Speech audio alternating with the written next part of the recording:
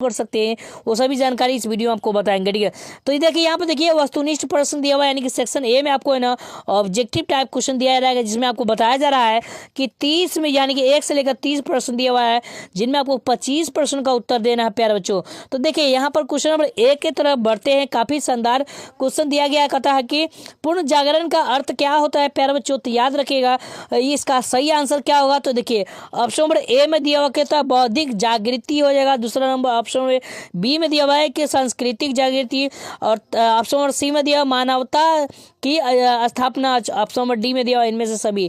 तो इसका right answer सभी नोट करेंगे, एक का right answer option number D होगा राइट आंसर। ठीक है, चलिए दोनों प्रश्न की तरफ बढ़ते हैं प्यारे बच्चों। तो कहता है आप गौर से देखिए, कहता है फ्लोरेंस नगर किस देश की स्थिति है। तो आप लोग जानते हैं इसका आंसर क्या होगा। तो दो का सभी विद्यार्थी नोट करेंगे, ऑप्शन नंबर यानी कि ए होगा, यानी कि फ्रांस हो जाएगा। ठीक है, चलिए आगे बढ़ते हैं। तो चलिए प्यारे बच्चों तीनों प्रश्न की तरफ बढ़ते हैं। देखिए कहता है कि ऑटोमन तुर्क ने कुस्तुनतुनिया को कब जीता। तो याद रखिएगा इसका राइट आंसर ऑप्शन नंबर यानी कि क्या होगा। तो 3 का राइट आंसर ऑप्शन यानी कि 1453 में उन्होंने जीता था, ऑप्शन नंबर यानी कि सी होगा राइट आंसर। ठीक है, सभी विद्यार्थी नोट करेंगे, 3 का राइट आंसर ऑप्शन नंबर यानी कि क्या होगा, तो सी होगा। चलिए 4 नंबर प्रश्न की तरफ बढ़ते हैं प्यारे बच्चों। देख लीजिए कहता है कि मोनालिसा चित्र किसने बनाया। तो याद रखिएगा इसका सही आंसर क्या होगा, ऑप्शन नंबर यानी कि इसका भी होगा right answer, option number C होगा राइट आंसर। ठीक है, सभी विद्यार्थी नोट करेंगे, ऑप्शन नंबर यानी कि क्या होगा, सी होगा राइट आंसर। ठीक है, लियोनार्डो द इसके बाद विंची हो जाएगा। ठीक है, याद रखिएगा। आगे बढ़ते हैं 5 नंबर प्रश्न की तरफ बढ़ते, कहता है कि वेनिस शहर कहाँ स्थित है। तो याद रखिएगा वेनिस जो शहर है वो कहाँ स्थित है। तो 5 का राइट आंसर याद रखिएगा इटली में स्थित है, ऑप्शन नंबर यानी कि सी होगा राइट आंसर। ठीक है, चलिए 6 नंबर प्रश्न कहता है कि 1860 ईस्वी में the civilisation of the renaissance of Italy की पुस्तक की रचना किसने की थी। तो याद रखिएगा 6 का राइट आंसर क्या होगा, तो ऑप्शन नंबर यानी कि ए होगा राइट। ठीक है, बर्कहार्ट ने किया था, याद रखिएगा। चलिए आगे बढ़ते हैं प्यारे बच्चों 7 नंबर प्रश्न की तरफ बढ़ते, कहता है कि 1341 में किसे रोम में राज कवि की उपाधि में सम्मानित किया गया था।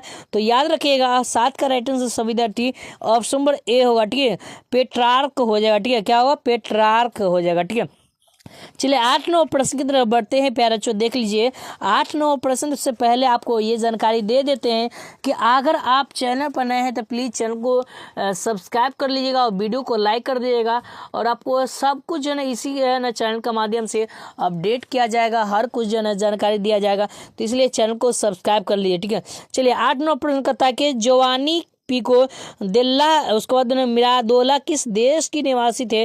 तो 8 का राइट आंसर सभी नोट करेंगे, ऑप्शन नंबर ए यानी कि इटली हो जाएगा। क्या होगा, इटली। कहता है कि प्लेटो और अरस्तु किस देश के निवासी थे।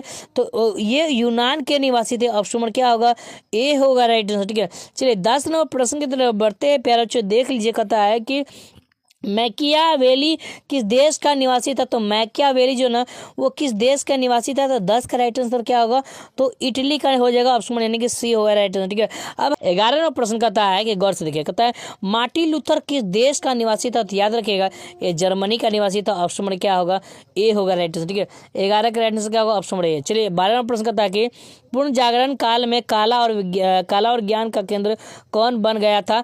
तो 12 का राइट आंसर याद रखिएगा इसका आंसर क्या होगा, तो 12 का सभी विद्यार्थी नोट करेंगे, ऑप्शन नंबर यानी कि सी यानी कि विश्वविद्यालय बन गया था, ऑप्शन नंबर सी होगा राइट आंसर। ठीक है, चलिए 13वां प्रश्न की तरफ बढ़ते हैं। यहाँ पर गौर से देखिए 13वां प्रश्न यहाँ पर दिया, 12वां पूर्ण जागरण हो गया ना। 13वां प्रश्न यहाँ पर दिखाता है कि इटली के नगरों का विकास क्यों हुआ। ठीक है, तो इटली के नगरों का विकास क्यों हुआ था। तो याद रखिएगा ऑप्शन नंबर यानी कि क्या होगा, 13 का राइट आंसर क्या होगा, तो 13 का राइट आंसर ऑप्शन यानी कि ए होगा राइट आंसर। ठीक है, शासन में व्यापारी और महाजनों का प्रभुत्व हो जाएगा। ठीक है, शासन में व्यापारी और महाजनों का प्रभुत्व हो जाएगा। ठीक है, अगर आपको नहीं दिख रहा होगा तो थोड़ा क्वालिटी बढ़ा लीजिएगा, 13-14 में क्वेश्चन में थोड़ा सा दिक्कत हो सकता है। ठीक है, कहता है कि फ्लोरेंस में विश्वविद्यालय की स्थापना कब हुई थी। तो याद रखिएगा 14 का राइट आंसर ऑप्शन यानी कि बी होगा राइट आंसर। ठीक है, याद रखिएगा। ठीक है, कितना होगा, बी होगा, 1349 हो जाएगा। ठीक है, अब हम चलिए यहाँ पर देख लेते हैं 15 प्रश्न। कहता है 15 प्रश्न यहाँ पे देखिए, गौर से देखिए, कहता है 15 प्रश्न कहता है कि गुटेनबर्ग ने विभाज्य टाइप से बाइबल का मुद्रण कब किया? तो 15 का राइट आंसर याद रखिएगा, ऑप्शन यानी कि डी होगा राइट आंसर, ठीक है, 1455 हो जाएगा। 16 प्रश्न कहता है कि पादुआ और बोलना विश्वविद्यालय कब स्थापित हुआ? तो पादुआ और बोलना जो ना विश्वविद्यालय कब स्थापित हुआ?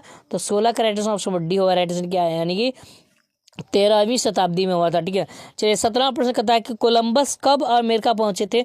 तो 1492 में ईस्वी में पहुंचे थे, ठीक है, 1492 में, ठीक है। चलिए आगे बढ़ते हैं। चलिए 1498 में तो जो ना भारत आया था, पुर्तगाल भारत जो आया था ना, वास्को डिगा वाला, जिसको वास्को डिगामा कहते हैं ना जी, वही, ठीक है।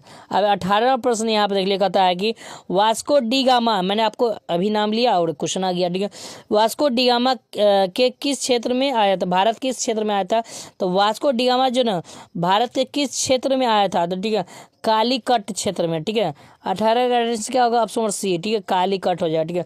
चलिए आगे बढ़ते हैं। 19वां प्रश्न देख लिया, कहता है कि द प्रिंस के लेखक कौन थे? तो याद रखिएगा 19 का राइट आंसर ऑप्शन यानी कि ए होगा, ठीक है, मैकियावेली होगा, मैकियावेली। 20वां प्रश्न कहता है कि डिवाइन कॉमेडी के लेखक कौन थे? तो डिवाइन कॉमेडी के जो लेखक है वो दांते थे, ठीक है। 21वां प्रश्न द लास्ट सफर चित्र किसने बनाया था? द लास्ट सफर चित्र जो ना याद रखिएगा वो लियोनार्डो द विंची ने बनाया था, ऑप्शन बी हुआ राइट, ठीक है, लियोनार्डो द विंची, ठीक है, लियोनार्डो दा विंची हो जाएगा, ठीक है। चलिए 22वां प्रश्न यहाँ पे कहता है कि 1508 में प्रश्नार्थ हस्त नामक तुलिका चित्र किसने बनाया था? तो याद रखिएगा ऑप्शन यानी कि ड्यूअर ने बनाया था, ड्यूअर ने, ऑप्शन बी होगा राइट, ठीक है। चलिए 23वां प्रश्न कहता है कि कैंटरबरी सेल्स किसने लिखा? तो याद रखिएगा चांसलर ने लिखा था, ऑप्शन बी होगा राइट, ठीक है। चलिए 24वां प्रश्न यहाँ पे देख लीजिए बेहतरीन तरीके से, ठीक है, गौर से देखिए। 24वां प्रश्न कहता है 95 थीसिस की रचना किसने की थी? तो मार्टिन लूथर ने किया था। 25वां प्रश्न है 1582 में ग्रेगोरियन कैलेंडर का प्रचलन किसने किया था? तो याद रखिएगा इसका आंसर क्या होगा? तो 25 का राइट आंसर सभी विद्यार्थी नोट करेंगे, ऑप्शन बी होगा राइट आंसर, ठीक है। प्रोप ग्रेगरीन कितना 13 दिया हुआ, ठीक है। चलिए क्वेश्चन नंबर 26 की तरफ बढ़ते, कहता है 1673 में अकादमी ऑफ साइंसेज की स्थापना कहाँ हुआ था? तो याद रखिएगा 26 का राइट आंसर ऑप्शन यानी कि सी होगा राइट आंसर, ठीक है, पेरिस में होता, ठीक है। चलिए 27वां प्रश्न की तरफ बढ़ते, कहता है 1628 ईस्वी में रुधिर परिसंचरण का सिद्धांत किसने लिखा था? तो याद रखिए इसका आंसर ऑप्शन यानी कि विलियम हार्वे ने थे, ऑप्शन यानी कि ए, ठीक है। 28वां प्रश्न कहता है, गौर से देखिए, कहता है दूरबीन का आविष्कार किसने किया था? तो गैलीलियो ने किया था। 29वां प्रश्न कहता है तो देखिए डेके क्या दिया हुआ 29वां मत देख लेते, कहता है डेके मैरोन किसकी कृति है? ठीक है, तो डेके मैरोन किसकी कृति है? तो 29 का राइट आंसर क्या होगा? तो ऑप्शन बी होगा राइट आंसर, ठीक है। चलिए 30वां प्रश्न, 30 का राइट आंसर क्या होगा? तो ऑप्शन ए, ठीक है। गति और गुरुत्वाकर्षण का सिद्धांत किसने किया था? तो न्यूटन साहब ने दिया था। तो इस तरह से टोटल 30 प्रश्न के लिए देखिए यहाँ से सब्जेक्टिव दिया गया है, और इसका सब्जेक्टिव का आंसर कहाँ से देख सकते हैं? तो मैंने वहाँ पर बताया हूँ, थोड़ा देर में जो ना अपडेट किया जाएगा, वहाँ से जाकर सब्जेक्टिव का आंसर PDF डाउनलोड कर लीजिएगा और वहाँ पर अपडेट किया जाएगा, सबका आंसर यहाँ से अपडेट किया जाएगा, ठीक है। तो यदि आपको वीडियो पसंद है, वीडियो को लाइक कर दीजिएगा, चैनल पर नए तो चैनल को सब्सक्राइब कर लीजिएगा। फिर मिलते हैं नेक्स्ट वीडियो में, तब तक उसको बहुत बहुत धन्यवाद।